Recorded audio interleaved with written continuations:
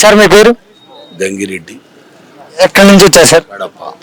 Sir ఇప్పుడు కడపలో ఎలా ఉంది సార్ వాతావరణం? కడపలో ఎలా ఉంటుంది? తెలుగుదేశం హవా ఉంది. సార్ ఇప్పుడు అక్కడ కార్యకర్తలను కొట్టారని చెప్పేసి కొంతమంది అంటున్నారు, నిజమేనా? అంతేం లేదు కానీ కార్యకర్తలు కొట్టేంత ఏం గొడవలు అట్లాంటివి ఏం లేవు. సరే ఇప్పుడు కూటమి ప్రభుత్వం వచ్చింది కదా, ఎలా పనిచేస్తుంది అని అనుకుంటున్నారు? బాగా పనిచేస్తుంది అనుకుంటున్నాను. ఇప్పుడు చంద్రబాబు గారు పెట్టిన పథకాలు ఏమీ నెరవేర్చలేరు అని చెప్పేసి కొడాలి నాని గారు అంటున్నారు. నెరవేర్చలేరా చంద్రబాబు నాయుడు గారు? సరిగా చీట్ పైన కూర్చోగలిగే అన్నీ మనం చెప్పుకుంటా పోతే ఎట్లా? ఆయన కూడా సీట్లో కూర్చోవాలి కదా, పని చేయాలి కదా. ఇప్పుడు జగన్మోహన్ రెడ్డి గారు అసెంబ్లీలోకి వస్తారా రారా? రారని మా ఇది లేదు, ఆయనకి లేదు కదా, వచ్చే ఇది లేదు కదా. కాబట్టి 18 మంది ఉండాలి కదా ఎమ్మెల్యేలు, ఆయన రావడానికి లేరు కదా, అందుకు రాడు అనుకుంటాం. 11 మంది అంటే మామూలుగా ఎమ్మెల్యేలు రావచ్చు, జగన్మోహన్ రెడ్డి గారు రారు అనుకుంటున్నాం. సార్ ఇప్పుడు జగన్మోహన్ రెడ్డి గారు మా కార్యకర్తలను కొట్టారు, మేము ప్రజల్లోకి వెళ్ళాలని చెప్పేసి ఆయన అంటున్నారు. మరి ప్రజల్లోకి వెళ్తారా, కార్యకర్తలను కొట్టారా? ఆయన ప్రజల్లోకి వెళ్ళడానికి ఉండొచ్చు కానీ కార్యకర్తలను అయితే కొట్టింది అలాంటివన్నీ ఏం లేవు. ఎక్కడో ఏదో పల్నాడులో చిన్న చెదురుమదురు ఘటన, అవి కామన్గా జరిగేటి. లాస్ట్ 2019లో కూడా జరిగింది కదా అలా, అలాగే ఇది. వైసీపీ ప్రభుత్వం ఎందుకు ఓడిపోయింది అంటారు సార్? ఎందుకు ఓడిపోయిందంటే ఆయన కేవలం పథకాల మీదనే ఉన్నాడు, డెవలప్ను ఆలోచించలే. కాంట్రాక్టర్లు బిల్లులు లేక చాలా నష్టపోయి ఉన్నారు. ప్రతి వ్యవస్థ కూడా ఇది లేదు. ఆయన మందును గవర్నమెంట్కు హ్యాండ్ ఓవర్ చేయడం అనేది చాలా మంచి పద్ధతి కాదు. అది ప్రైవేట్ వ్యక్తులతో ఉంటేనే బాగుంటుంది. వాళ్ళ నాయకులు ఏమంటున్నారంటే కొంతమంది పేపర్ మాఫింగ్ జరిగింది, వివేములు తేడా చేశారు అని చెప్పేసి అంటున్నారు, నిజమా అది? ఓడిపోయిన తర్వాత సవాలచ్చా చెప్పొచ్చు కారణాలు. మనం ఓడిపోయినాం కాబట్టి సవాలచ్చా. మన వెనకాల మనం ముందున్న 5 సంవత్సరాలు మనం ఏం చేసినాము, ఎట్లుంది, ఏ విధంగా ఉంది, డెవలప్ ఏం చేసినాం అనేది చూసుకోవాలి. కానీ మన మీద ఓడిపోయినామని ఎదుటి వాళ్ళ మీద నింద వేస్తే మంచిది కాదు కదా. అది జగన్మోహన్ రెడ్డి గారు నేను ప్రజలకు చాలా చేశాను కానీ నన్ను ప్రజలు మోసం చేశారని చెప్పేసి అంటున్నారు. మోసం చేసినారని నువ్వు ఎట్లా అంటావు? మీడియా ముందరికి ఎవరెవరో వస్తారు, ఎవరో మాట్లాడతారు. ఒక ముఖ్యమంత్రిగా నువ్వు వచ్చి ప్రజల సమస్యలు ఏంటి ఏమి అనేది లేకుండా సజ్జల రామకృష్ణారెడ్డి గారు, ఇంకో విజయసాయి రెడ్డి గారు, ఇంకొకరు వచ్చి మీడియా ముందర మాట్లాడతా అంటే అసలు ఎక్కడ ఏం జరుగుతుందని జగన్మోహన్ రెడ్డి గారికి అసలు తెలుసా అని, పరిపాలన అంటే ఏంది, ఎలా జరుగుతుంది, ఏ విధంగా ఉన్నాను అని. ఆయనేమో అక్కడ కూర్చొని ఆయన ఇదిలో కూర్చొని వాళ్ళు వచ్చి వీళ్ళు వచ్చి ఆయన ఒక సచివాలయంలో ఆ విధంగా గొడవ పడ్డము ఇట్లాంటివన్నీ మంచిది కాదు కదా. ఎట్లా అంటే అట్లా మాట్లాడడము అవన్నీ మంచిది కాదు కదా. అది చెప్పాలంటే మరి చంద్రబాబు గారి గురించి ఏం చెప్తారు సార్? చంద్రబాబు గారి గురించి అంటే ఇంకా గడవాలి కదా. ఆయన ఇంకా ఏమి అనేది ఆయన ఇప్పటికీ ఇంకా ప్రమాణ స్వీకారాలు చేస్తున్నారు ఎమ్మెల్యేలు.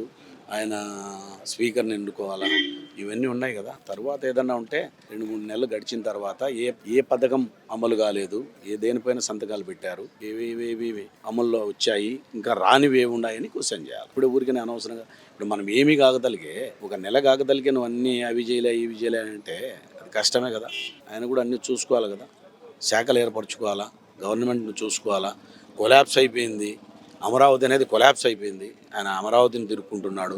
ఆ ఏజ్లో కూడా బాగానే ఇదిగా ఉన్నాడు, షార్ప్గా ఉన్నాడు, చాలా బాగా తిరుగుతున్నాడు. అమరావతి మనకి రాజధాని అని పక్కా ఫిక్స్ అయినట్టే సార్. లేనిది నీకు ఓటర్లు ఇంత పర్సెంటేజ్ ఎందుకు ఇచ్చారు చంద్రబాబు గారికి? ఎదుటి వ్యక్తికి జగన్మోహన్ రెడ్డి గారికి అసెంబ్లీకి వచ్చేది కూడా లేకుండా చేసినారంటే అమరావతి డెవలప్ చేస్తాడనే కదా చంద్రబాబు గారికి ఓట్లేసి 164 సీట్లు వచ్చే విధంగా ప్రజలు ఎన్నుకున్నది. మరి ఇదివరకు వైసీపీ ప్రభుత్వంలో 3 రాజధానులు అన్నారు కదా సార్. 30 కూడా పెట్టుకోవచ్చు, జిల్లాకు రాజధాని కూడా పెట్టుకోవచ్చు. దానివల్ల ప్రయోజనం ఏముంది? ఏదైనా ఒక రాజధాని అనేది ఉంటే డెవలప్ అవుతుంది, ఇది ఉంటుంది. రాజధాని ఒకటి పెట్టి అన్నీ సమానంగా చూసుకోవాలి. రాయలసీమ ఒక లెక్క, కోస్తా ఒక లెక్క, అక్కడ ఒక లెక్క, వైజాగ్ ఒక లెక్క, అట్లా కాదు కదా. ఒక రాజధాని ఉండి అన్నీ సమానంగా చూసుకోవాలి. అన్నీ ఏపీలోనే కదా ఉండేది.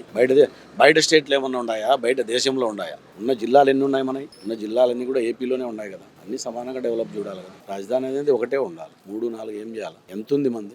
చిన్న స్టేట్ అయిపోయింది. డివైడ్ అయినప్పటి నుంచి తెలంగాణ ఏపీ డివైడ్ అయినప్పటి నుంచి చిన్న స్టేట్ ఉంది. చిన్న స్టేట్ను మళ్ళా 3 రాజధానులు 4 రాజధానులు ఏం చేయాలా? 3-4 ఎంత ఖర్చు వస్తుంది అని ఆలోచన చేయాలి. ఒక రాజధానికి ఎంత ఖర్చు వస్తుంది? 3 రాజధానులు చేయాలంటే ఎంత ఖర్చు వస్తుంది? ఎక్కడి నుంచి వస్తాయి ఫండ్స్? అసలు మన గవర్నమెంట్లో డబ్బు ఉందా? అప్పుల్లో ఉంది. అప్పుల్లో ఉండేదాన్ని ఎట్లా చేయాలి? అప్పుల నుంచి మనం బయటకు ఎట్లా రావాలా? డెవలప్ ఎట్లా? ఏమొస్తున్నాయి అవి చూడాలి. కానీ ఊరికే రాజధానులు చెప్పుకుంటా పోతే ఏమవుతుంది?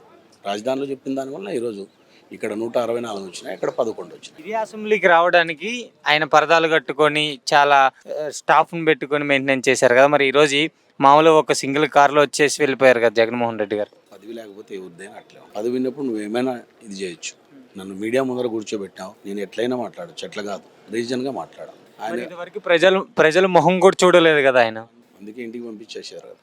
ఇప్పుడు ప్రజల్లోకి పోయినా కూడా అంత స్పందన ఉండదు కదా. ఈరోజు నీకు కార్యకర్త అనే వ్యక్తి ఎవరు ముందుకు రారు, ఆయనతో తిరగరు, చాలా కష్టంగా ఉంటుంది. ఆయనకి ఇప్పటికిప్పుడు ప్రజల్లోకి రావడం అనేది కూడా ప్రజలు ఆయన్ను అభినందించరు, ఆయనతో కలిసి తిరగరు. అలాగే ఇప్పుడు ఆయన ఏదైతే పాత కేసులు ఉన్నాయో పాత కేసులన్నీ మళ్ళీ కోర్టుల చుట్టూ తిరగాల్సిన పరిస్థితి. ఆ పార్టీ మనుగడ ఉండగలుగుతుందంటారా?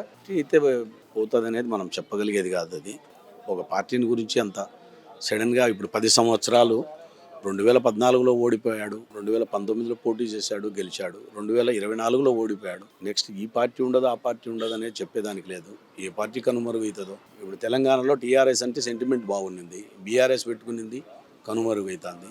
ఈ పార్టీ కూడా ఆయన ప్రజల్లోకి వచ్చి ఆయన చేసిన తప్పులన్నీ సరిదిద్దుకుంటూ పోతూ ఉంటే ఈ 5 సంవత్సరాల్లో ఆయన జనాల్లోకి వచ్చి ఆయన చేసుకునే తప్పులన్నీ సరిదిద్దుకుంటూ పోతే ఆయన పార్టీ నిలబడుతుంది. ఇక్కడ ఈ కోర్టు చుట్టూ తిరగాల్సిన పరిస్థితి కదా, మరి ఎలా ఉండబోతుంది అనుకుంటున్నారు? అంటే అది కోర్టు వ్యవహారం కాబట్టి మనం డిసైడ్ చేసి చెప్పలేం కదా, మనం డిసైడ్ చేసేది కాదు కదా.